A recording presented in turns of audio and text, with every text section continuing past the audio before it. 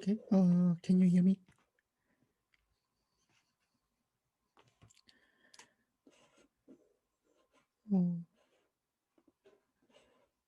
Oh, okay.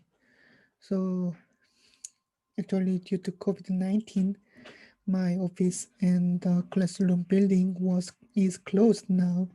So actually, I cannot go to my office today. So I'm teaching this lecture in the at the home and in my home. So please, even though you can hear some noise from my home, but consider that this is not a normal situation. So okay, so actually the COVID-19 was positive for the graduate student in the of the computer science department. So please be safe and be healthy. uh, so in the today's class, I will complete the lecturing about the exception handling in the pipeline processor, and then I will review the design lab 3. So design lab 3 was to design the single cycle processors with system Verilog. So I will briefly explain how the single cycle processor design can be implemented in system Verilog code. So actually, in order to design the computer hardware processors, you need to convert the diagram or architecture of this processor into the system Verilog code. So you need the translation. So and then uh, the the fourth lab is the final design lab will be out today after this class. So I will briefly explain about this lab 4 assignment. And then I will talk about the simulators for RISC-V ISA. Okay, so in the previous class, we learned about the exception. So the exception is some rare event in the computer processor. So that's why this event is called exception. So what is the normal event in the computer processor? Executing instructions. And the exception means the rare event. So this rare event include some errors in the computer processor, such as the undefined instruction or divide by zero condition, or some rare conditions such as the interrupt. So actually computer system handles the various input and output devices, and then when we use this input and output devices, the interrupt signal is given to the processor if the some input or output event happens. So for example, keyboard or mouse is the example of the input devices. So if we uh, put the keystroke, then this electric signal is converted to the interrupt signal in the computer processor, and then the computer processor handles this interrupt event. So you need to know that every operation in the computer system is handled by computer processor called CPU. So this interrupt event should be handled by CPU. So exception is also the same event, the similar event. It's the rare event. So if the exception happens in the processor, then this event should be handled by computer processors. But you need to remember that this exception handling is very similar to procedure calling. So if you understand how the procedure is processed by CPU, then I believe you can easily understand how the exceptions are handled by CPU. It's very similar. Okay. So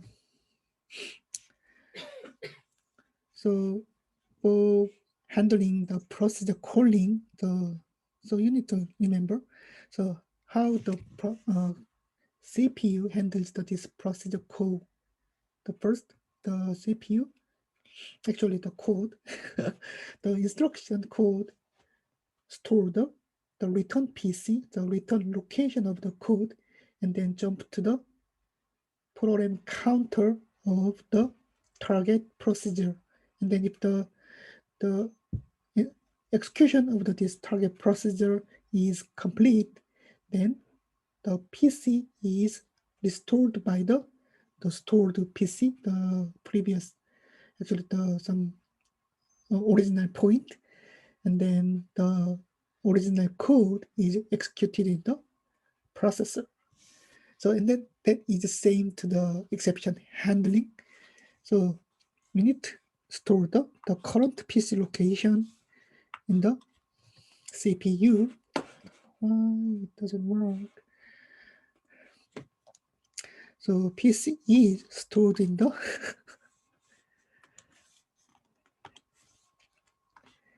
SCP's register. This is some specific register.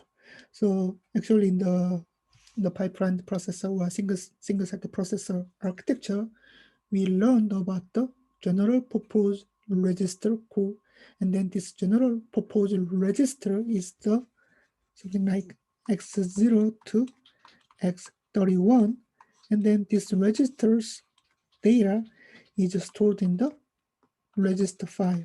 So this is the general purpose registers. But for handling exception, this is the rare case. So this return PC, this program counter data, is stored in the specific register code SEPC.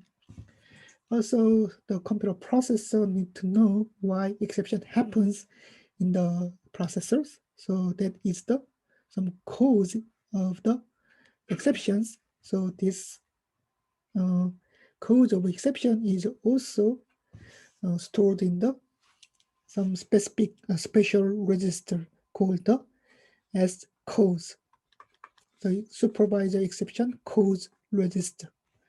So if a processor decode the values of the as cause, then the processor can know why exception happens and what's the cause of this exception. So this special hardware is included for handling exceptions, and then the remaining processing or remaining procedure is very similar to the procedure code in the processor. And so we need to remember how the exception is handled in the processor. So exception can happen in at a certain instruction. For example, like add x1, x2, x3. So this is the normal instruction, but exception can be caused by this normal instruction. So what's the very popular exception is the divide by 0. So this divide by 0 exception is caused by divide instruction like div. So when exception happens, then processor is executing a certain instruction. So let us assume that the exception happens by this add instruction. Then in the pipeline, this processor is executing other instructions. So there is the add, then you can find the processing instructions like a sub, like load is a preceding instructions. Also, we can find the following instruction like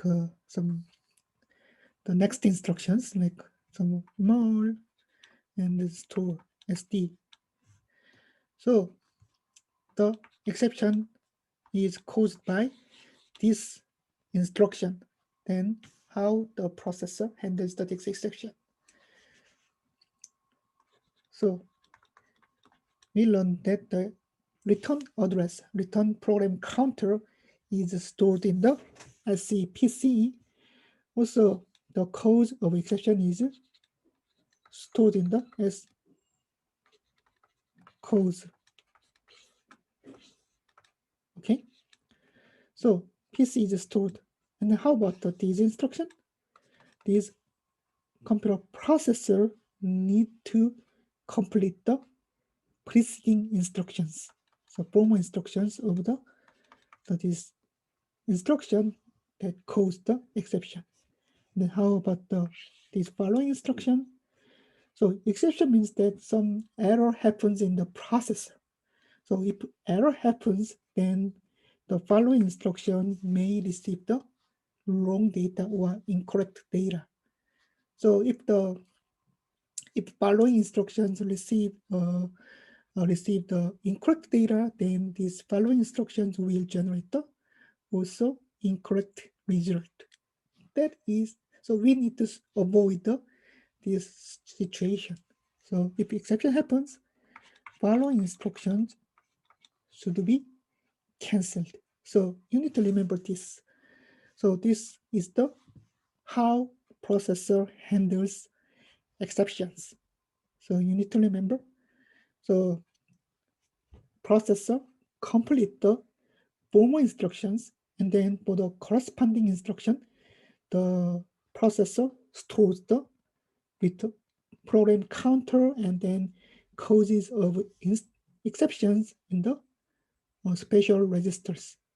And then for the following instruction, the processor need to cancel the following instructions, the next instruction. So you need to remember these three different handling operation by the processors. And then, actually this kind of exception handling is called the precise exception. So called the precise exception.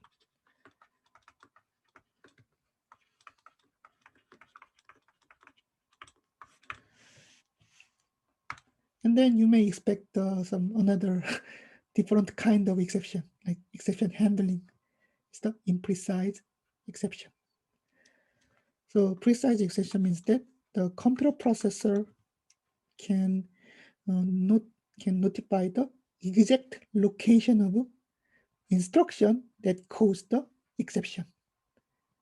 And then also the processor can handle the precise handling operation for the exceptions. So that's what I explained here. So this is called the precise exception. But for some very complex process architecture or some, for example, out-of-order processor, then this precise exception is implementing precise exception is very hard, so very difficult. So in this case, the processor supports the imprecise exception. So the pipelining, so the pipeline processor need to implement what I explained. So we need to implement completing previous instructions like here and here, and then flush the following instruction is a flush. Actually, but flush actually for the branch instruction, we already implement how to flush the instructions in the pipeline stages. So we can implement this flush mechanism in the pipeline stages. And then the exception is handled.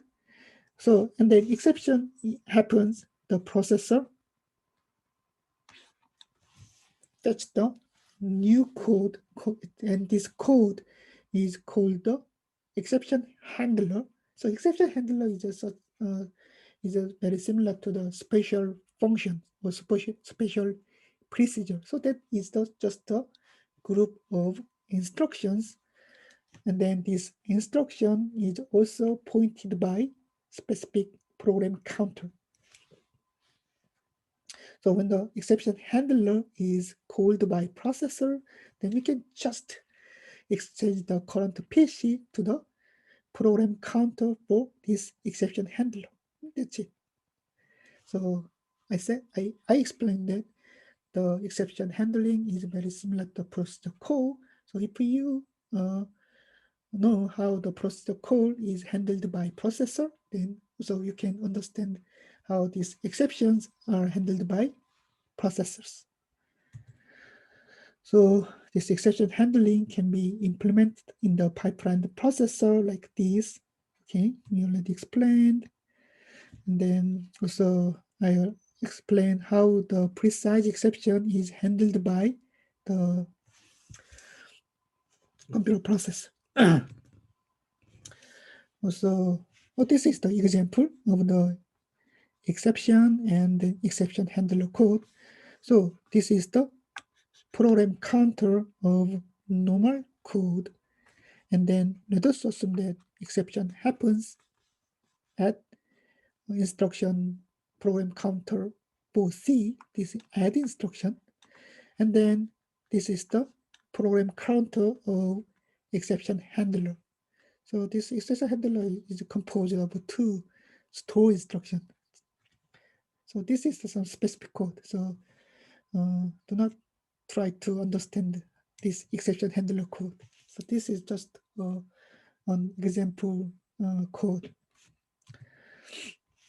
So let us assume that the exception happens at add instruction in the EX stage. So if add instruction is in the EX stage, then this is the preceding instruction. So or and or. Sometimes it doesn't work.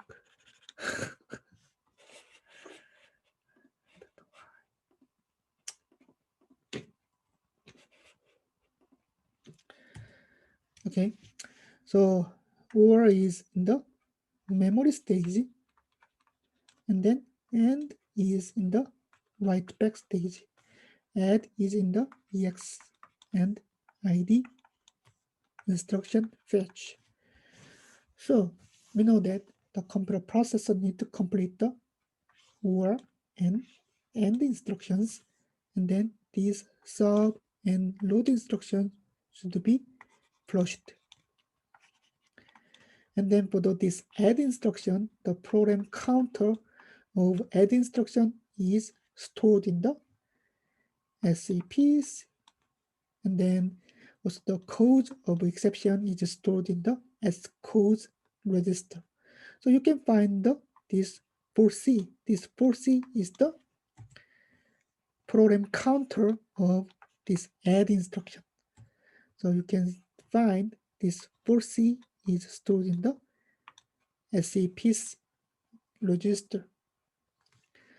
So this you can find the this PC values. So PC for sub instruction is 50, right?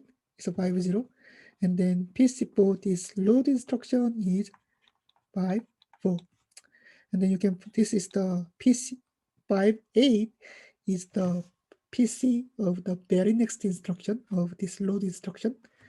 Also, you can find this PC of sub instruction here. So the exception is detected. So the computer processor need to call exception handler. So in this example, we can find the program counter of exception handler is the 1C09 blah blah blah blah 0000. So this exception PC of the exception handler becomes the next PC of this processor. Okay. So here is the piece. So in the next clock, in the next clock cycle, the processor need to complete the AND and OR instruction. So OR is propagated to the write back stage. And how about the add instruction? So add instruction caused some errors because it's the exception. So add instruction is also cancelled. So add instruction was here, and then this add instruction is flushed. So in the memory stage, there is no instruction. It's a bubble. Also, these sub and load instructions are also flushed away. Stop, bubble, and bubble. Also, how about the instruction fetch stage? So in the instruction fetch stage, the processor set the next piece value as 100. This is the PC of exception handler. So the IF stage, this instruction, the first instruction of the exception handler is fetched from the instruction memory. So that's how, so this example show how the exception is handled in the pipeline process. Okay. So, and then also the more difficult case is the exception have multiple exception happens in the different stages of pipeline process. So that is also very rare cases. This is the very rare case because the exception is normally the exception is the rare case, but if the multiple exception happens in the different stage of the pipeline processor, there is a more rare case. So then how can we handle these multiple exceptions?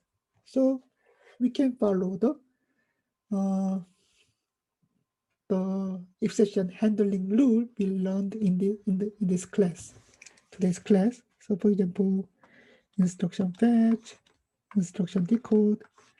So it is EX memory and write back. So it's add, load sub, add, or and load sub and or and. So let us assume that exception happens in the EX stage. Also, exception happens in ID stage. So multiple exception happened. So how can we handle these multiple exceptions?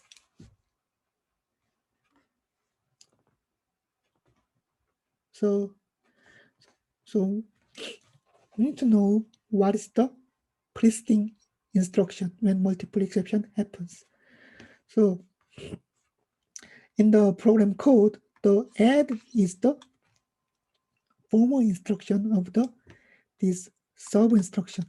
So when the exception happens, then these multiple exceptions need to be handled in order. So in order, 순서대로. Okay. So because add is the formal instruction of the sub, then the processor need to handle this add instruction with higher priority because this is the formal instruction. So the two exceptions like E1, E2 happens at the same time actually, but different stages. Then this exception 1 has the higher priority. Sorry.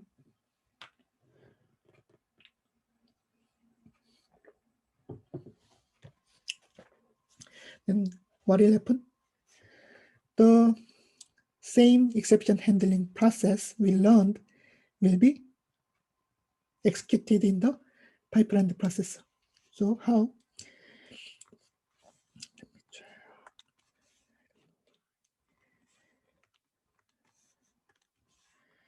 The PC of this add instruction is stored, and then the OR and AND instruction is completed in the processor, and then the sub and then load instruction is cancelled. Also, this add instruction is cancelled. And then the exception handler code is called in the instruction fetch stage. And then the instruction handler code complete its execution. Then we return to this add instruction, the original instruction. So the add and actually the instruction starts from this add instruction, then we can find the sub instruction in the next instruction. Because the add instruction is already executed, then the exception for this add instruction is ignored, and then the sub instruction will also cause exception in the ID stage, because this exception is not handled. It's not handled by processors. So in this case, the exception is handled for ID stage. What will happen? The instructions in the here at EX stage is completed, and then this solve instruction, and then the next instruction is cancelled, and then is exception handler for this solve instruction is called by processor.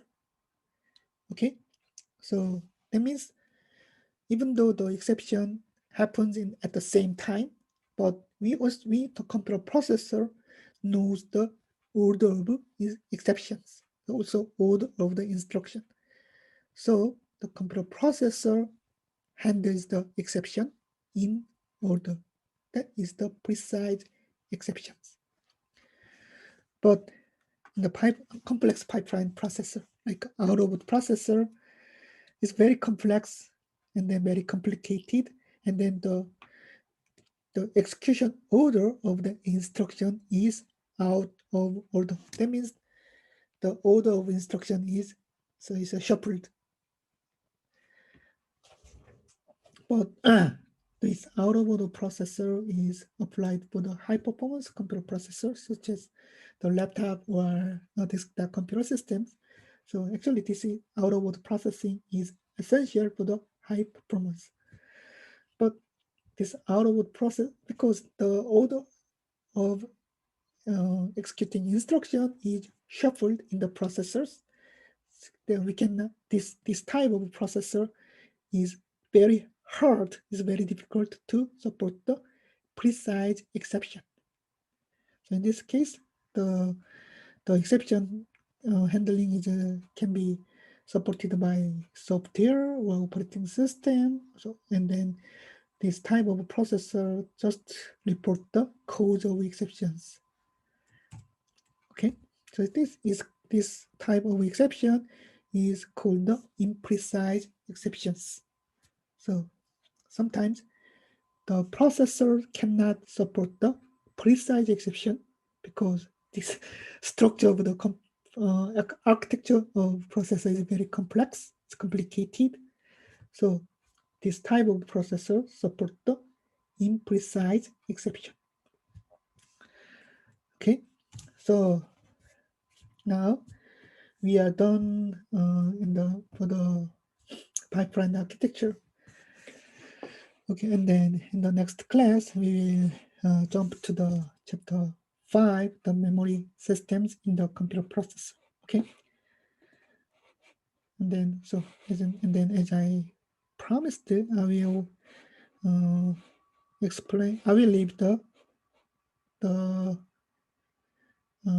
design lab number 3 So single cycle processor design. Okay, sure. Okay, can you see my screen?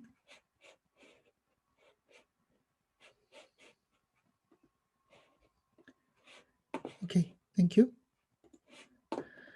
So this code is the skeleton code I posted in the Blackboard. So this incomplete single cycle processor design, and then this code is the it's a complete design. So actually, the student are requested to complete the main control unit, ALU control unit, also immediate generator, program counter, and then several muxes in the single cycle process. Also, students need to instantiate the data path element such as instruction memory, register file, ALU, and data memory. So this is the incomplete code. So this is the the golden code of the single cycle processor. So and then also I'm showing the this is the diagram was it's a pipeline. Let me check where's the single cycle processor design.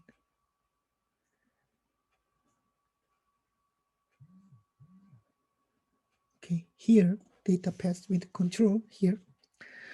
So this is the single cycle process architecture. Then you can find the main control unit here. I need annotation tool supported by Zoom here. Okay, so you can find the main control unit.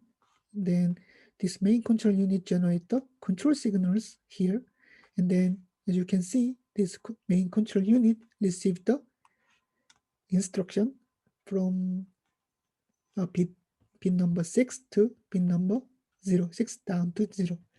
So as you can see, you can find this OP code here.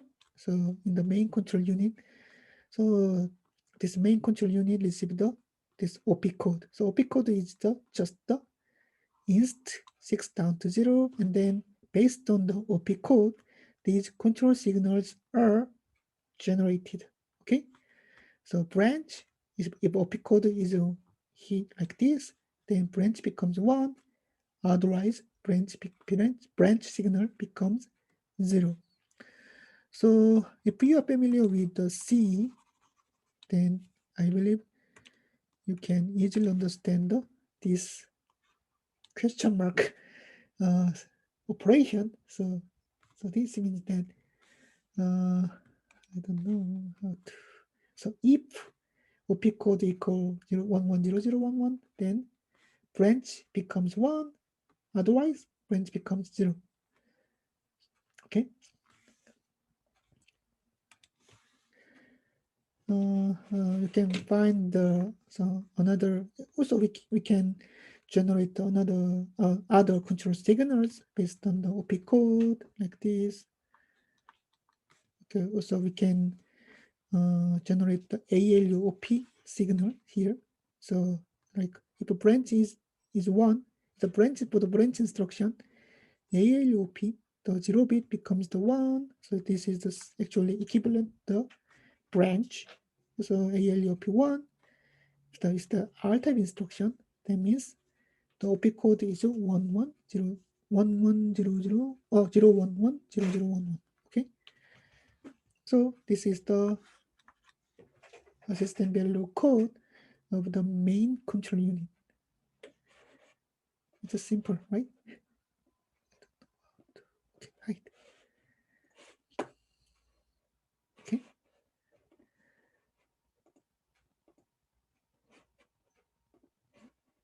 Oh, it doesn't work.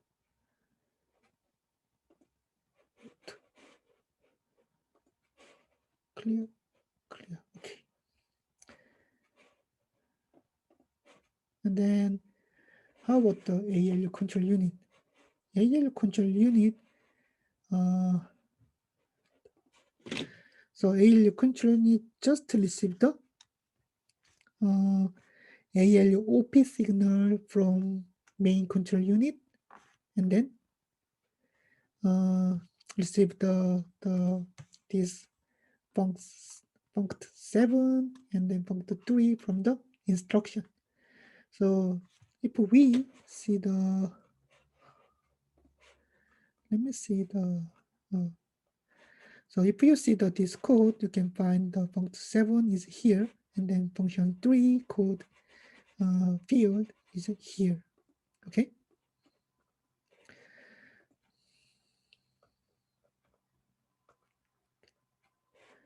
So actually based on the where is here. So we based on this function 7 and then function 3 field, we can distinguish the distinguish the different operation of the ALU. And so you can generate the ALU control like this. Okay. Clear. Okay, clear. And then immediate generator. So actually,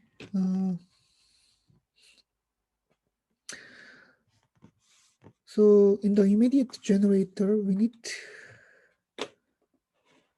there are 3 different type of instruction. Is the I type, S type, and SP type. So I type is used for the load instruction. I don't know how to, it's a load. And then S type is the store instruction. And then SP type is used for the branch instruction. So there are 3 different kinds of immediate field. So in this immediate generator code, I first declare the 12-bit immediate value from the instruction.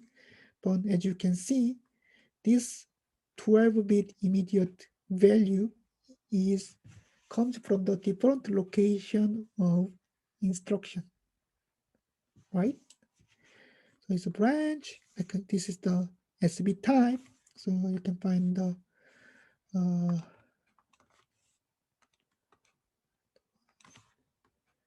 right here.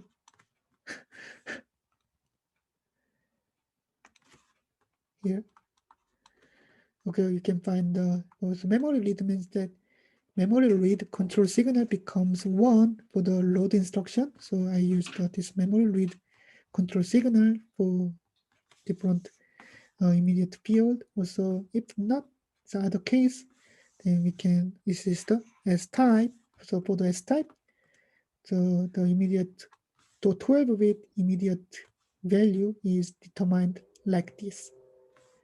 And then we extend this 12-bit immediate value to the 64-bit data, 64-bit signals. And then for the branch instruction, so we need to make this immediate 64 value shifted to the left. Okay, it's also simple. And then let's see the program counter.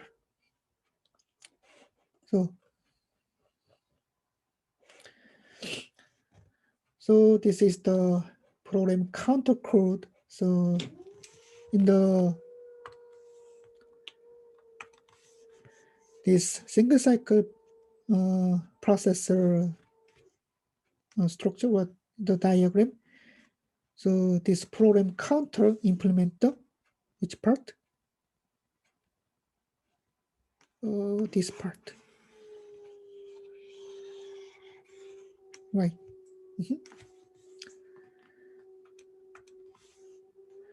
So you can find the PC cur. So that means the current PC,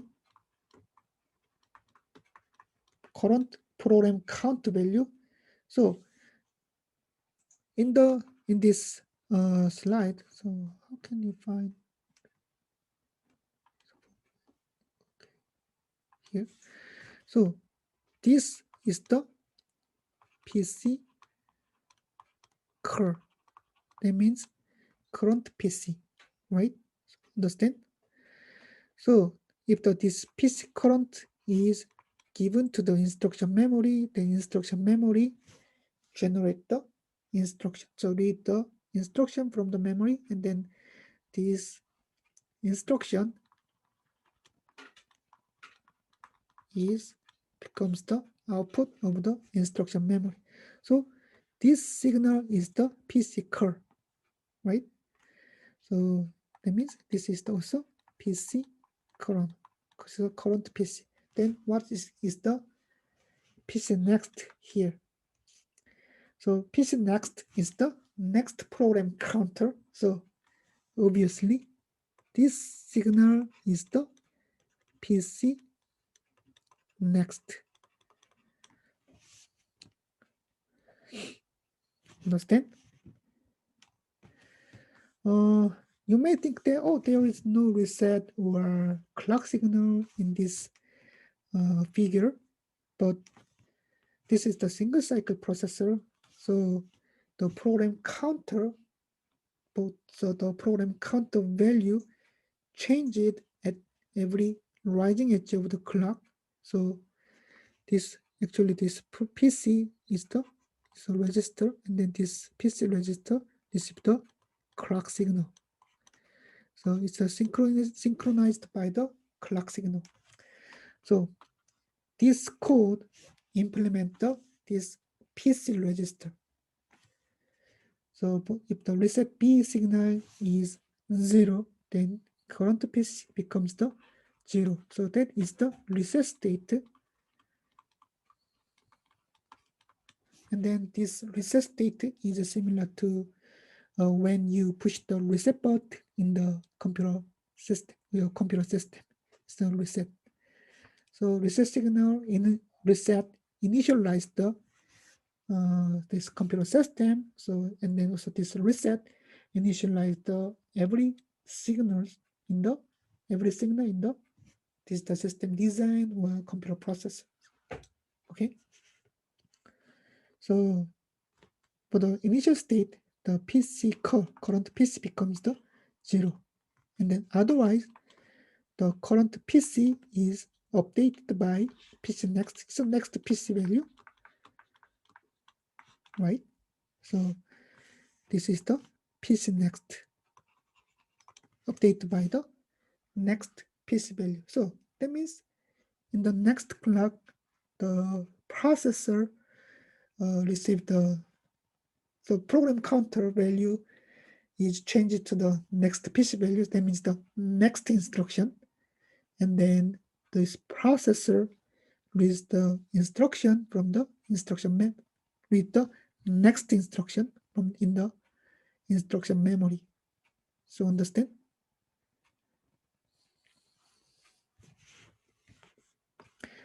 So you can find these mocks here. So this is it's the same PC curve, and then this is the 4.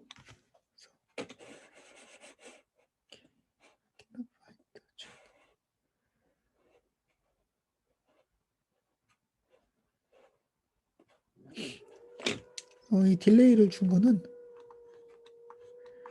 요거는 그냥 시뮬레이션 할 때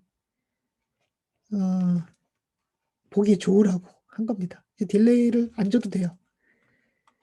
딜레이 안 줘도 되는데 이게 우리가 이제 모델 심에서 웨이브폼을 이게 뭐냐 왜 다이렉트 메시지 잠깐만요. everyone. 예, 이게 이제 질문인데요. 여기서 이제 제가 이제 딜레이 시그널을 준 건데 이 딜레이 시그널 준 거는 그냥 시뮬레이션에서 보기 좋으라고 웨이브폼에서 보기 좋으라고 이제 준 거고요. 이게 왜냐하면은 이 클락이 이렇게 변할 때 사실은 이 딜레이를 안 주게 되면은 여기가 이제 PC 컬고 커런트의 밸류고 뭐 예를 들어서 이제 00였다.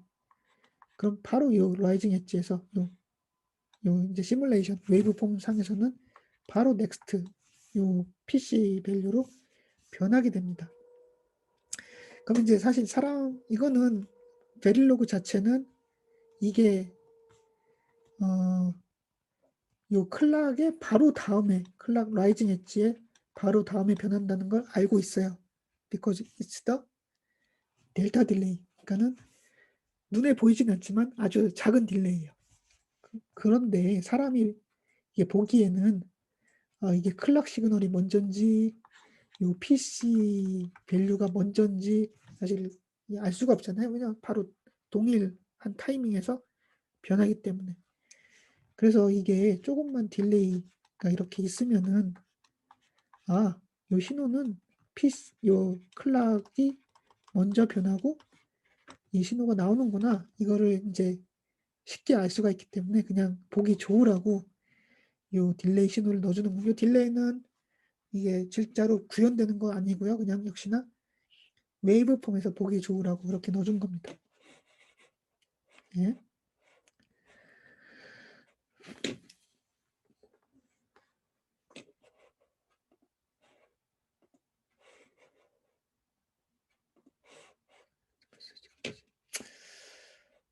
예. So I will continue the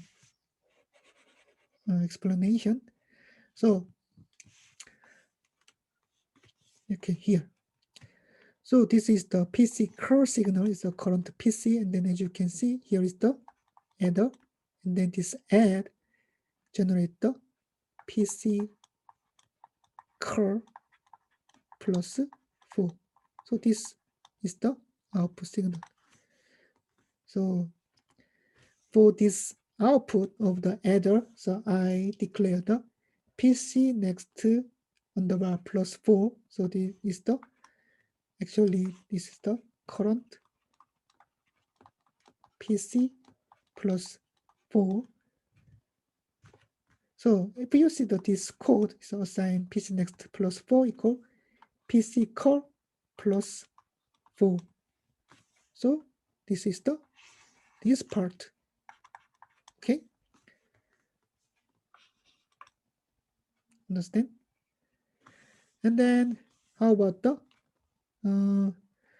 so actually this is the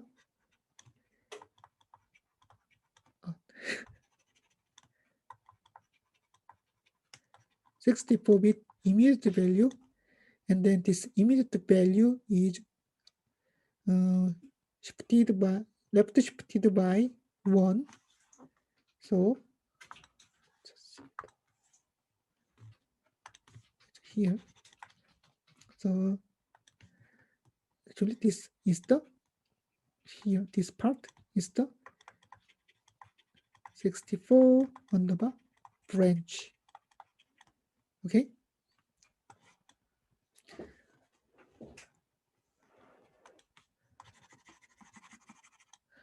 so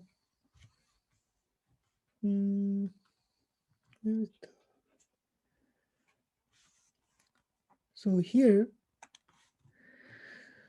this is the PC curve, and then this is the why did I erase it? It's a branch. So this is the adder. So this signal is the PC next branch. So that is the next PC value determined by branch instruction. So as you can see, that is the PC curve. So here plus immediate 64 branch. So do you understand?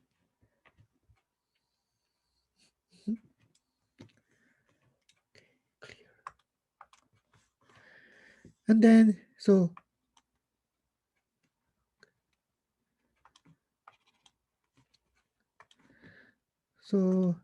you can see this box here, and then this mux receive the, what is this signal? Is the PC next plus 4 here, and then this another input is the PC underbar next branch. And so this mux receive the 2 input signals and then 1 selection signal, and as you can see, this 1 selection signal is the end of branch and ALU 0. So this mux, and then I said this signal is the PC underbar next. So next PC value. So this is the PC underbar next. Okay. So this is the mux. I explained 2 inputs and control signal. It's a selection signal of the mux. Also, I mentioned the output of mux. Then we can implement this mux. Okay. So this is implement this mux.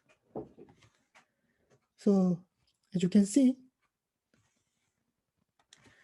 this is the selection signal.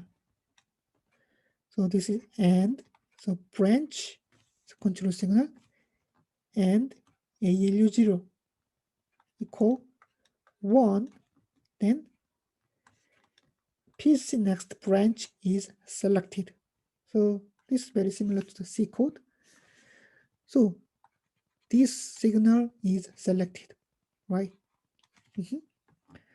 And then otherwise, that means 0, because the selection signal has only 2 cases, so 1 and 0. So if it is not 1, then it is 0. Then PC next plus 4 is selected. It becomes the PC next. So understand?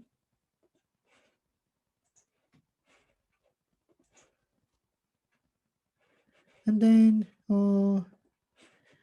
you can find other muxes here. So actually there are 2 muxes. So this is the ALU input. So ALU input 1, this is the ALU in 1. So this ALU in 1 is directly connected to the read data 1, the output port of the register file. So this RS1 Dout is the output of the register file. About the ALU in 2, you can find the mux here. So where is it?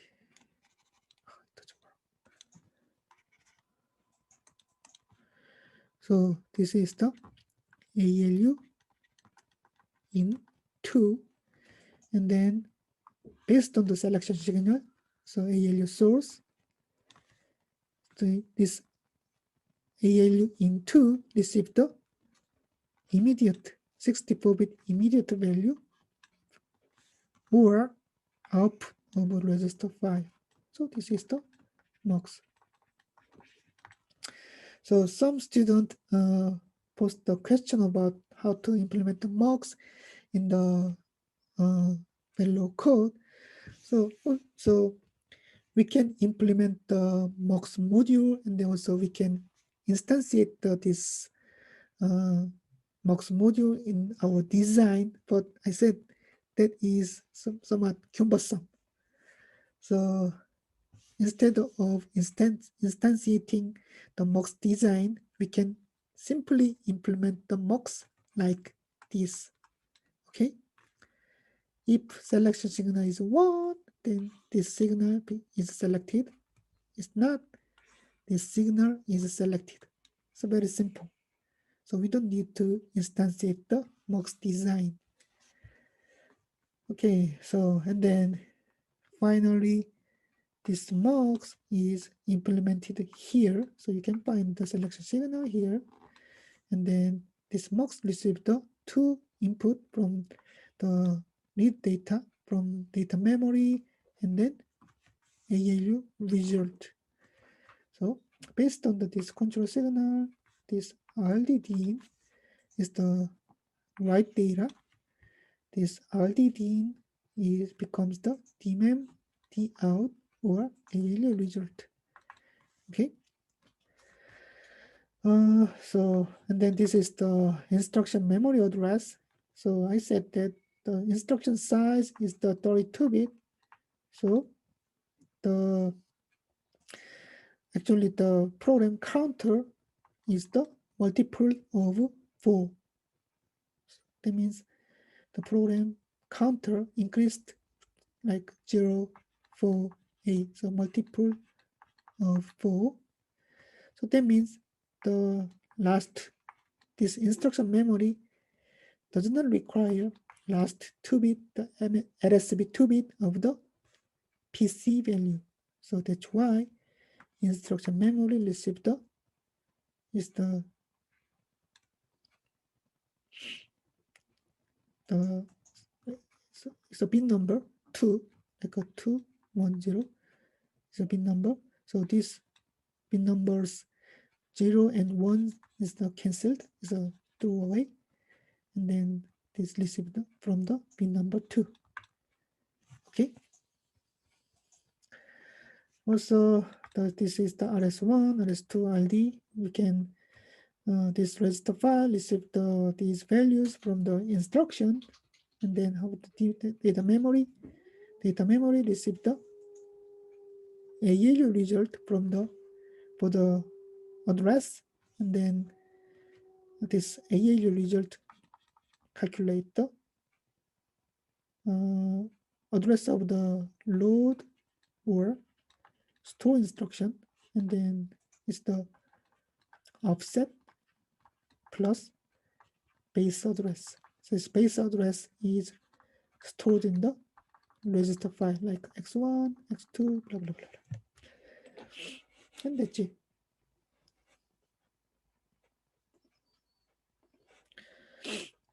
And then finally, you can instantiate the already designed data path element here like this. So you can just connect the signal name to the port of data path designs. Like RS1 port is connected to the RS1, RD, RDD, write like here. So you can find the instantiation of the data path elements. And that's it.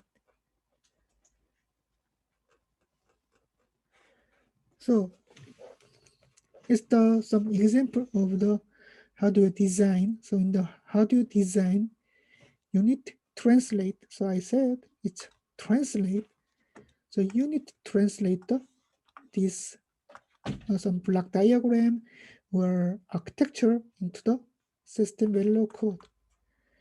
So and then as I explained, this block diagram or architecture can be mapped to the system Verilog code. So if there is a MOX here, we can implement the MOX in the code. But there is the header. So a MOX here, we can implement the MOX code in the system Verilog code in design. Then if there is adder hardware here, we can implement the adder like this. This is the adder. Oh, what happened? So this is the adder, and this is the MOX. So we can implement the adder MOX in the system Verilog code. So you need to know how to translate your design or architecture block diagram into the real Verilog design for the some this is the system design. Okay. Do you have any questions for the lab number 3?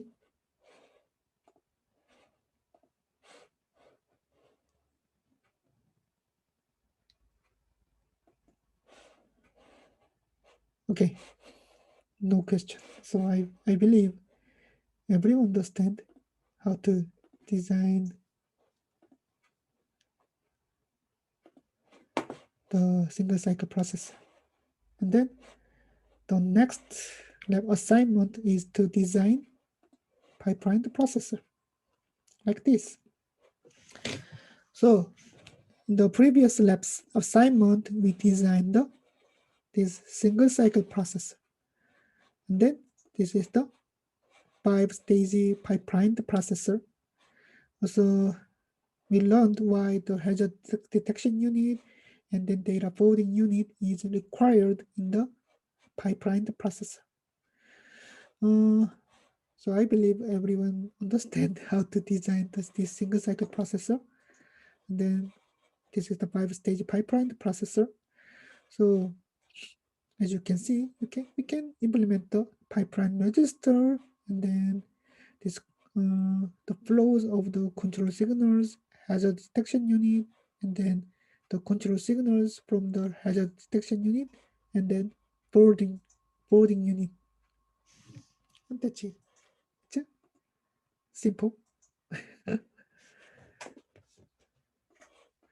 But so actually the difficulty of this pipeline processor design is rather higher than this single cycle processor design, because the instructions flows from each stage of the pipeline stages, and then also you need to consider the timing of instructions.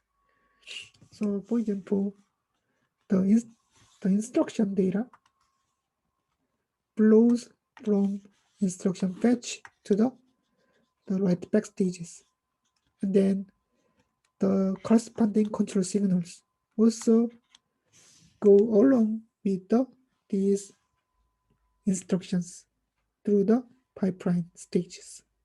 So you need to consider the timing of instructions and the timing of control signals in the pipeline processors.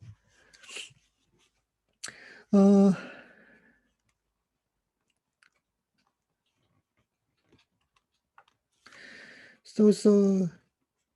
you need to implement this hazard detection unit and then data forwarding unit. So actually, we learn about the condition of the data forwarding and then the condition of hazard detection unit. So I think that is not difficult, but so you need, but you need to note that. So actually, this is a skeleton code, and then in the lab document, I explain about this packed structure of system verilogger. So you can read the lab document if the lab assignment is posted on the Blackboard. And then also this program counter. So you need to implement the program counter considering the pipeline stages. And then instantiation of the instruction memory. And then you can find here. Also, if you see the code, I distinguish each stage of the pipeline processor, because so from here is the instruction fetch stage. So you can implement the instruction fetch stage here, PC and instruction memory. So it's the instantiation of the instruction memory. Also, this is the pipeline register. So I said that the pipeline register is just a D flip-flop. So at the rising edge of the clock, the input of D flip-flop, that is the input of pipeline register, is updated to the output of pipeline register. So this is the example. So for your convenience, I already implement this instruction if/id pipeline register. This is the pipeline register between instruction fetch and instruction decode stages. So actually you need to fill this here, but if you see this code, then you can find that. So ID is for this condition, this ID. So this is the output of this pipeline register. The output of ID pipeline register is initialized. So what is this condition?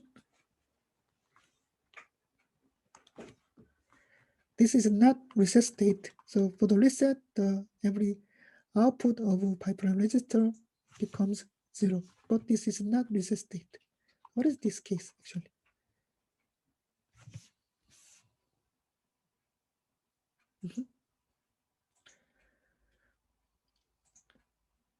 This condition is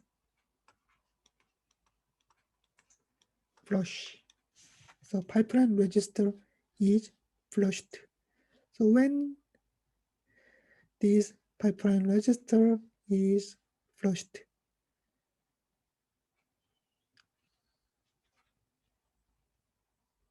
when we learned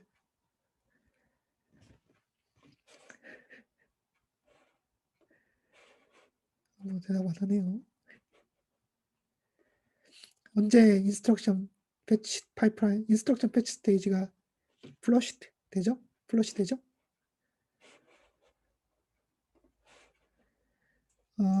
예상이 틀렸을 때 뭐 그렇기도 하죠. 브랜치 인스트럭션이 taken, 그러니까 브랜치 인스트럭션이 컨디션이 이제 밑에 가지고 맞아가지고 target of branch instruction으로 갈 때, 그때 instruction fetch 스테이지에 있는 already fetched 된 instruction은 flushed 돼야 되죠. 그때 컨디션이 이겁니다. 예, this condition. So this condition means is the pipeline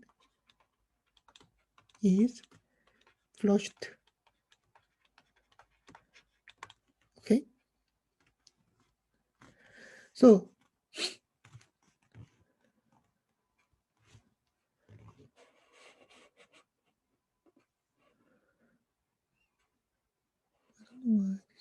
okay.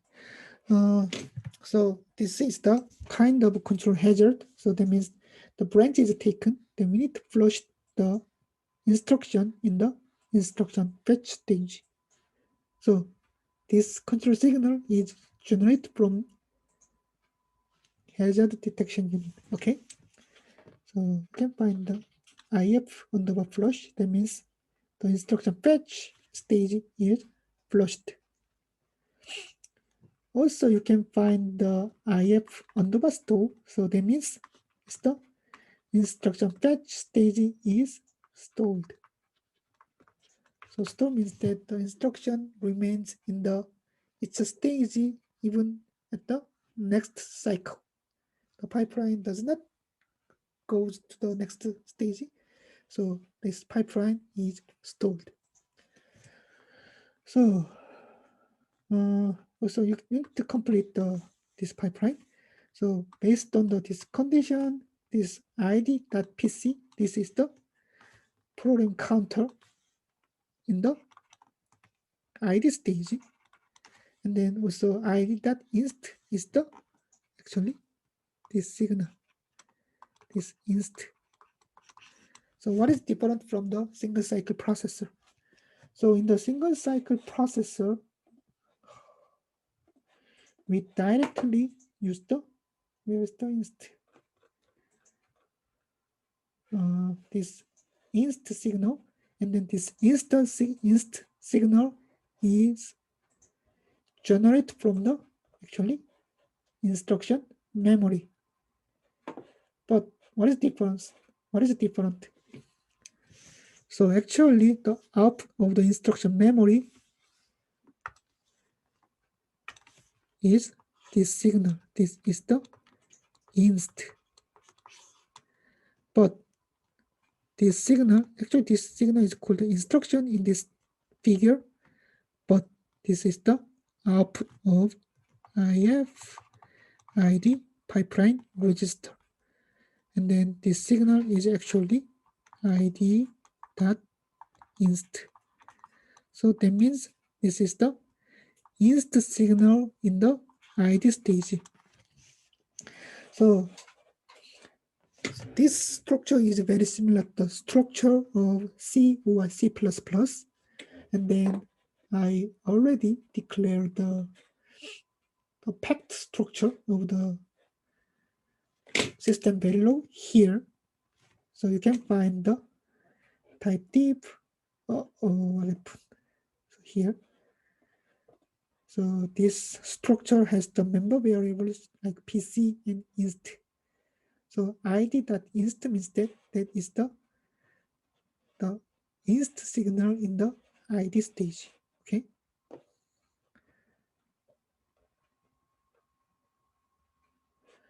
So this is the instruction fetch and then id pipeline register.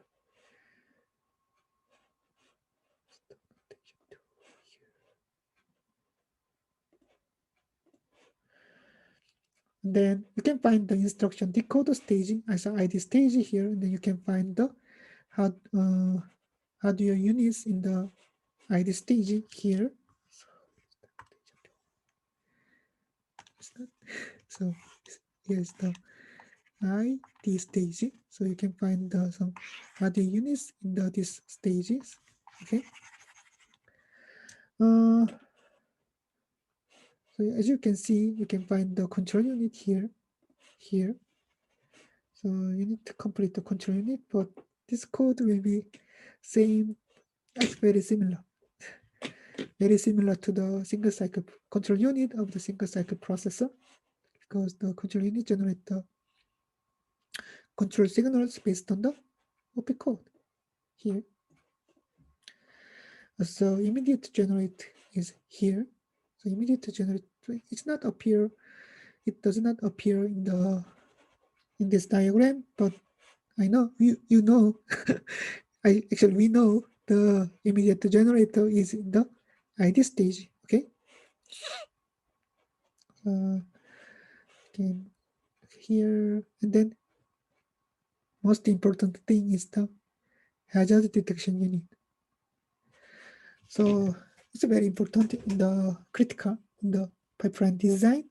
So you need to complete this hazard detection unit. I already provide the selection code for this hazard detection unit. So here you can find that the hazard detection unit received some signals here, and then some signals from here, and then generate this signal and this signal like here. But actually, we learned about the store by load use in the class, but we need to implement the store by leg write and branch. So that case is the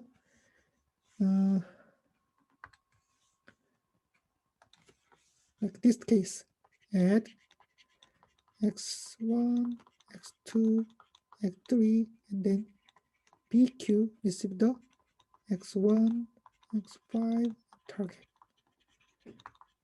So what is the problem?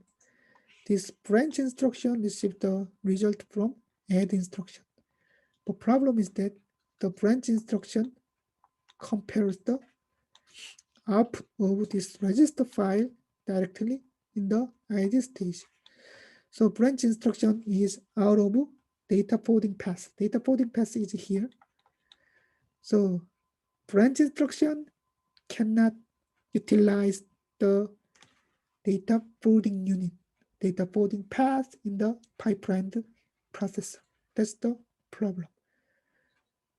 So because this branch instruction cannot utilize the data forwarding path, if the branch instruction is here, then we need to store this branch instruction because the data is not generated yet by this add instruction. So you need to also implement these pipeline store conditions for branch instructions. Okay, need to complete. And then this is the flush by branch. That means if the branch is taken, then we need to flush the instruction fetch stage. This is the so flush condition is the you need to complete this signal, this. Also, this is the control signals from hazard detection unit. So I already complete the ID store signal, and then you need to also complete the instruction fetch flush, instruction fetch store, and then this signal PC write. Okay, I think it's a little bit tricky part of this lab assignment. Actually the hazard detection unit design is the tricky part of the pipeline process design.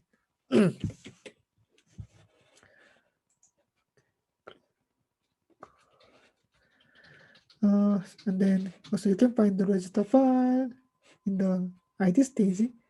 So here, and then it's this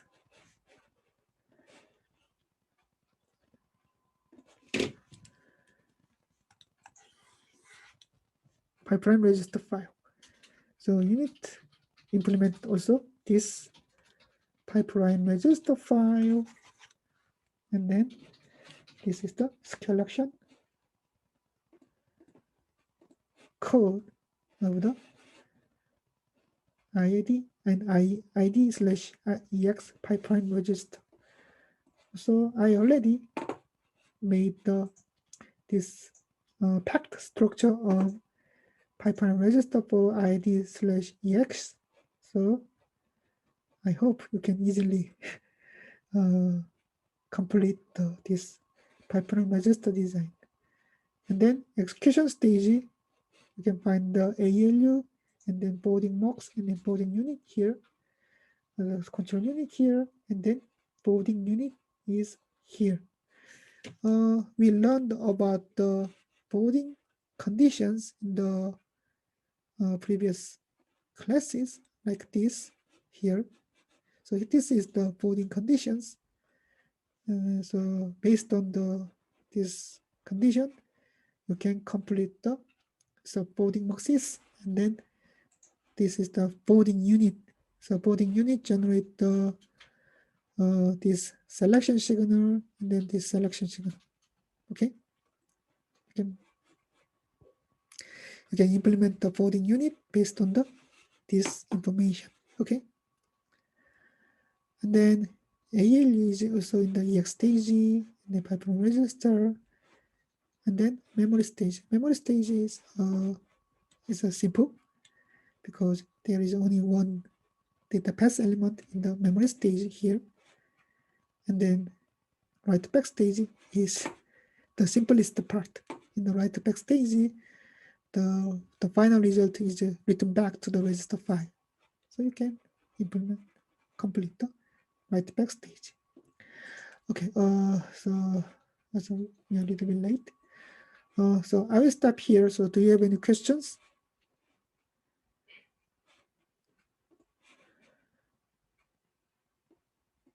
So as I mentioned, implementing the pipeline processor is a little bit tricky. Is more trickier than the single cycle processor design. So I will give you some enough time for submitting this pipeline processor design, but I recommend you to start early for this lab assignment, the final lab assignment. Okay, and then if you have any questions, post your question on the Piazza, then we will try to answer to your questions, as soon as possible. Do you have any questions?